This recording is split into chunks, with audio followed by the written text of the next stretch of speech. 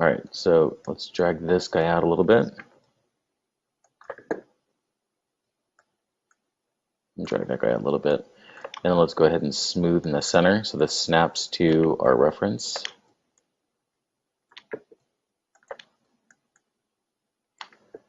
I'm going to want to fix those jaggeds that just popped out. Bring those guys back in.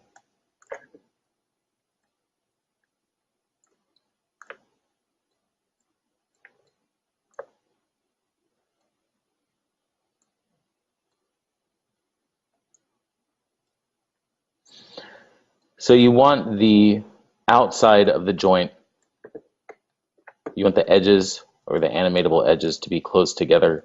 On the interior of the joint, you want them to be spread apart. I may end up just cleaning this up later. Right now, I'm going to leave it be. All right, so compression here on this side, I'm sorry, compression on this side when the wing closes, and expansion here. All right, so now for the rest of the wing, I'm going to go ahead and insert edge loop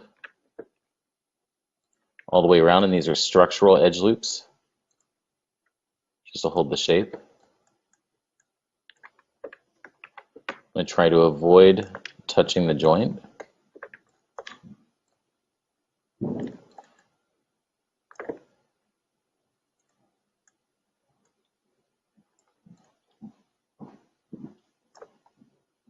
Try not to make a mess of this.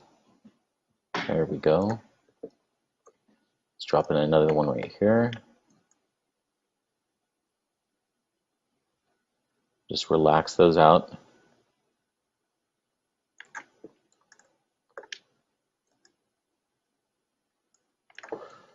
Sorry, that was a little clumsy.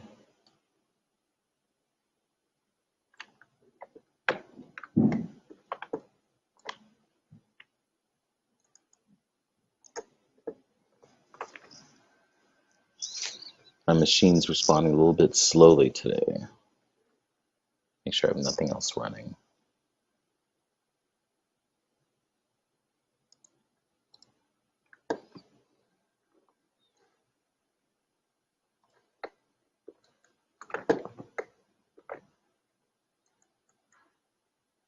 Come over to this side, relaxing that out. Same thing that I was saying about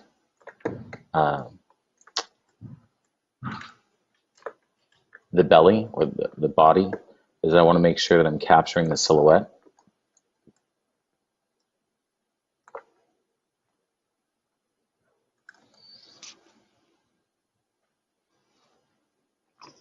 I'm going to go ahead and hide my main part of my body because I think it's causing issues. I think that's what's causing the slowdown.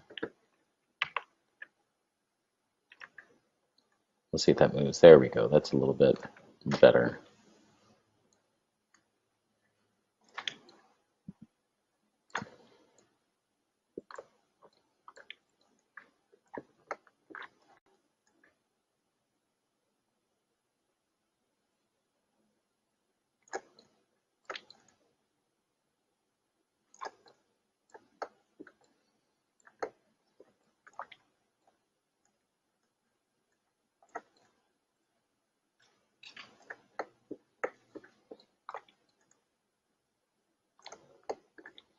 I'll probably end up having to do, like, I'm relying pretty heavily on live surface right now to do this, and I'm probably going to end up having to do a lot of this just with standard traditional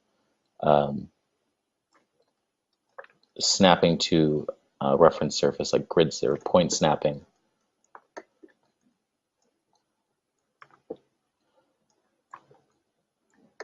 All right, let's get another edge loop in here.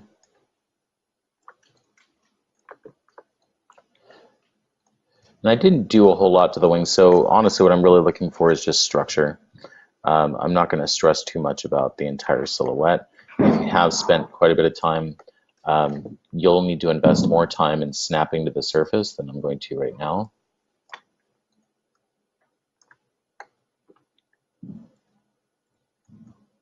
All right. Well, that was painful. All right, let me go ahead and turn back on the body. I'm going to turn off the wings for now. Let's turn off our transparency, and I'm just going to look and see how horrible our mesh is looking right now. And you know what? Let's turn off the make live, and I'm going to do some cleanup, because I don't like seeing those jagged edges. That is bad form.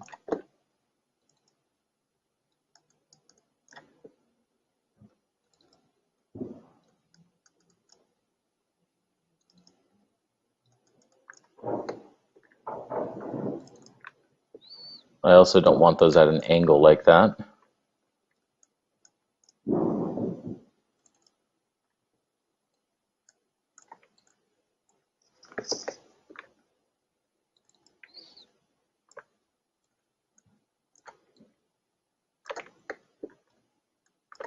That one point is bothering me a little bit,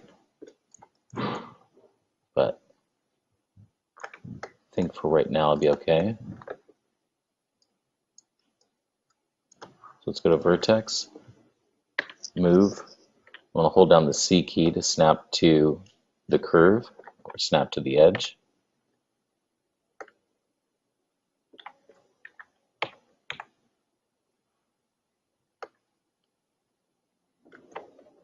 I thought I could live with it, but I can't.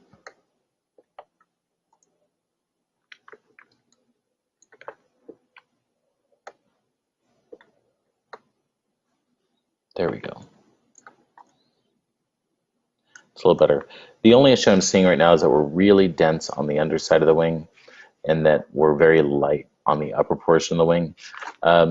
One thing you can do to avoid that, and what I was working to avoid in that was when we come around here, is try and redistribute before you even drop in the edge loops, redistribute the edges so that they're equally dispersed all the way around. That's one way to avoid that.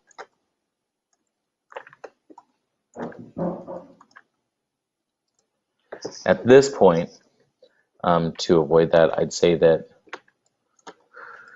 we would have to spend a lot of time moving a lot of these verts around to redistribute. I'll spend a little bit of time doing that. I'm not going to spend a whole lot of time doing that.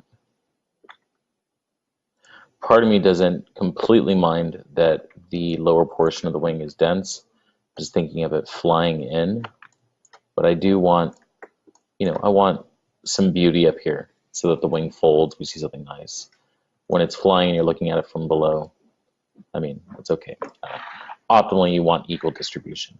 All right, down to the other limbs. Let's turn on the body, turn on transparency. I'm not going to turn on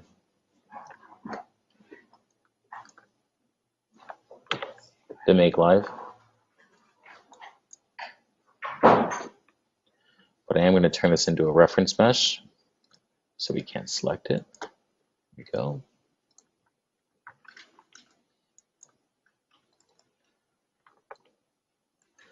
Let's take the area or this border edge for this entire hole that we've made, and I'm going to use the same principles to create the other limbs. Oops, wrong extrude. The mesh, edge, extrude. I got to be honest though, part of me is pretty frustrated with how they treated the older tools inside of the new Maya. As in, like, they buried the function in new tools, and it's made a lot of users have to rethink their entire workflow, which isn't necessarily a bad thing because the new tools they provided are pretty damn good. Like, I really love the modeling toolkit. It's just sometimes for the sake of speed, I think that some of the older methods were a little bit better, and I wish they wouldn't have buried them. But that's just me whining.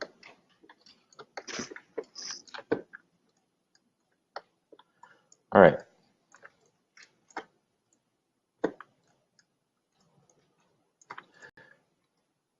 So shift right click, I am going to go to my old trusty rusty insert edge loop tool.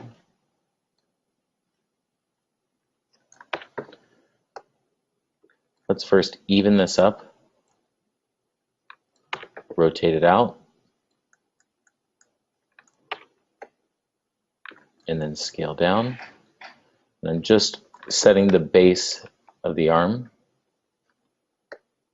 Here we go. Let's look at the arm dead on.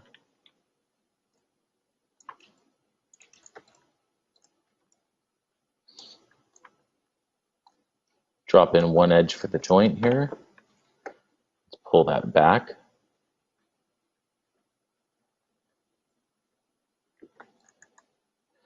Ideally, in a human arm, you don't want, like when you're doing a human model, you don't want any bends in the limbs.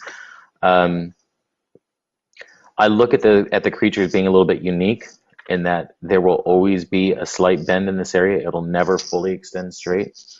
So this, I don't think, is an issue for reading.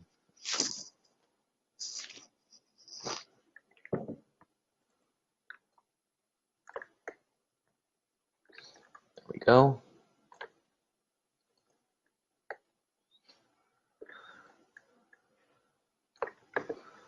All right. Same thing here, hitting the Y key, drop in 2 edge loops here. I'll want one on this side here. One more time. I'll want another right in here. All right, and then I'll want to separate these out.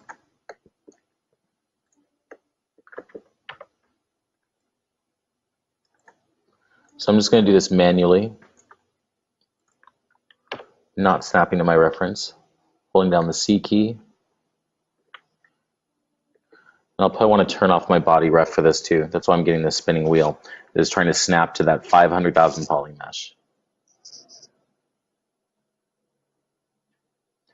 Also, I'm looking at my history in my channel box, and it's looking like it might be time to delete some layers. So while Maya is thinking, do you guys have any questions about your own creatures? I mean, I saw a couple of your, you know, like Marcos, I saw your work. Simon, I saw your work posted up. Ash, have you had a chance to post up your work, or Christian?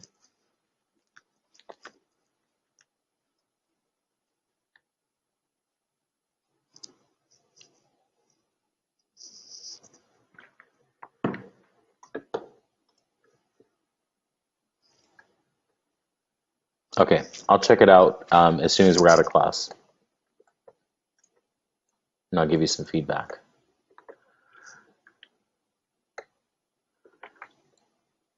So on the inside of the limb, we want to account for the compression. So it's going to come out.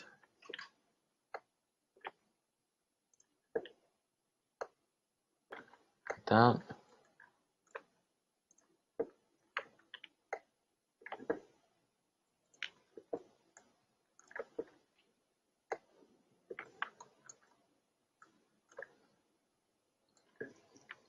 Let's manage the transition, that expansion.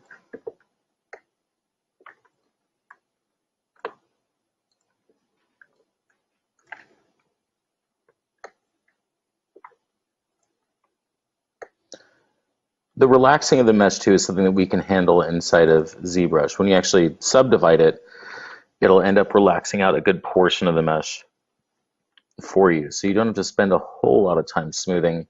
Just make sure that it's not confusing. You know, if it's left unsmoothed, that you don't have a lot of super jagged edges, that you can still read the flow of the model.